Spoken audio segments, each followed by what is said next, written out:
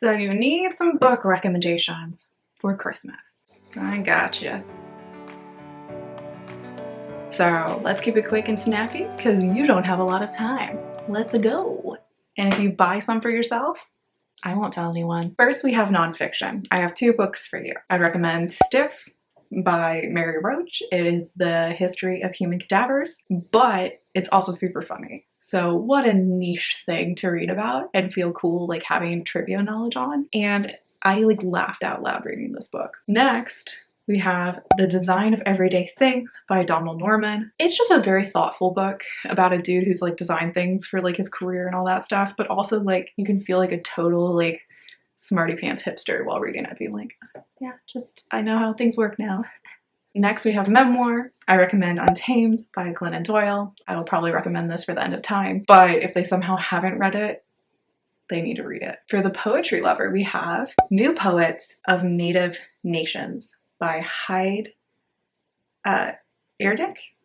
Well, it's kind of edited by them, but like, how many of you can say that you've read not only poetry, but Native American poetry?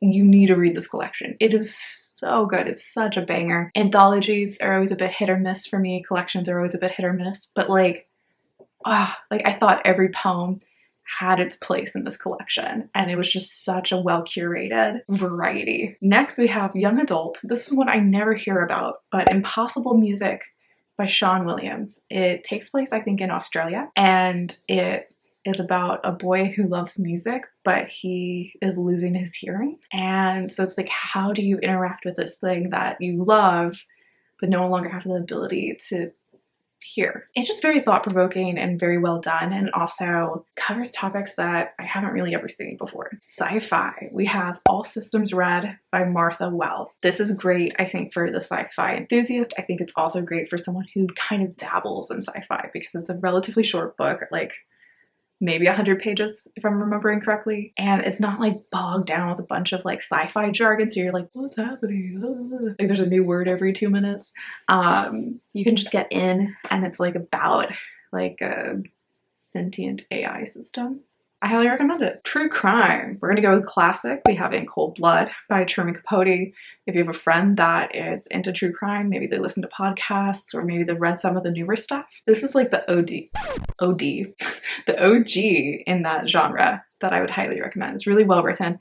I don't even like true crime, and I really like this one. I have 2 recommendations for folks who like historical fiction. The first, Pachinko by Min Jin Lee. I know, I'm a broken record. It's a chunker, but it doesn't feel like it. It's so well done. Like the characterization, the plot, the pacing, it's chef's kiss. It's so good. It never feels like info dumping. And even though you're like following a large cast of characters, you're never like bogged down with being like, I don't want to follow this person. I don't care. Because like you're invested in how that's going to affect everyone else and the stuff you're like learning about like Korea or Japan or that time period through that character's eyes. Next, we have Chain of Voices by Andre Brink. This is about South Africa. And it's really interesting because it's about like a slave revolt, and it's a larger cast, multiple POV, and an excellent job of it. I was so invested in every single character and like their perspective, even if I didn't love them. And also it's one of the few times where I've seen this like pulled off so well, but like you'll revisit the same scene but from like multiple characters who were in it, and like it's still so dynamic because the author does a great job of like, so and so said this person interpreted it that way, this person interpreted it in a completely different way, and then you can see their mind spinning and how that's going to affect the rest of the plot. And also it starts with the very end, like the end result, what happens, and then you kind of like rewind the clock and find out like how that all came to be. So very good job. Humor. Let's Pretend This Never Happened by Jenny Lawson. This is a memoir, but it's just plain funny. She has a quirky dad. She's had a weird childhood. She like worked in HR.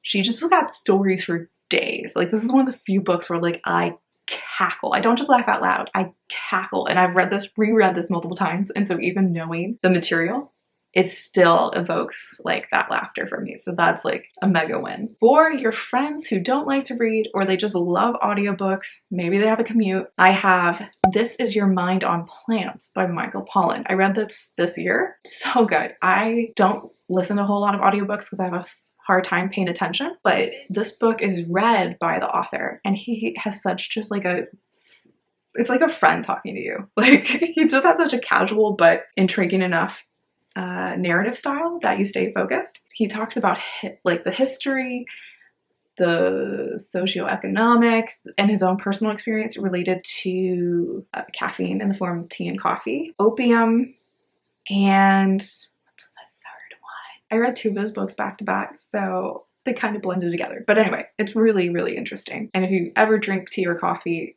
I highly recommend reading this book. For your short story fans, we have The Best of Saki by Saki. Now, this sounds like a Japanese author. It ain't. It's some British dude.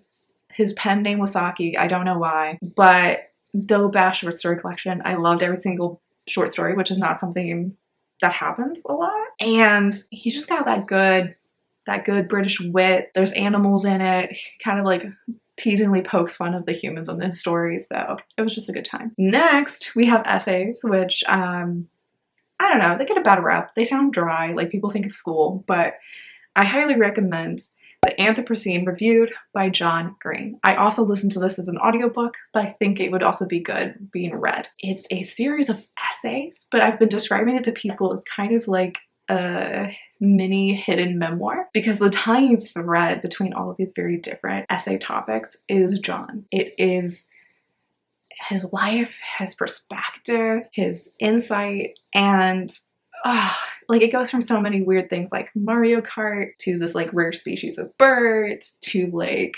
NASCAR. It just runs the gambit, but it has John's humor. It has his like heart in it. And it made me cry. It made me cry, but in a good way, in a hopeful way. It's so good. And then I will say too, the one thing that like is an extra point for the audiobook is you get to like hear the like recorded sounds of that extinct bird in one of his essays. And I'm like, so that kind of took it to the next level for me. Okay, we got 2 more to go. Stick with me, stick with me. So we have contemporary romance. Gotta include something for the contemporary romance people, but we already know that they probably read everything I could recommend.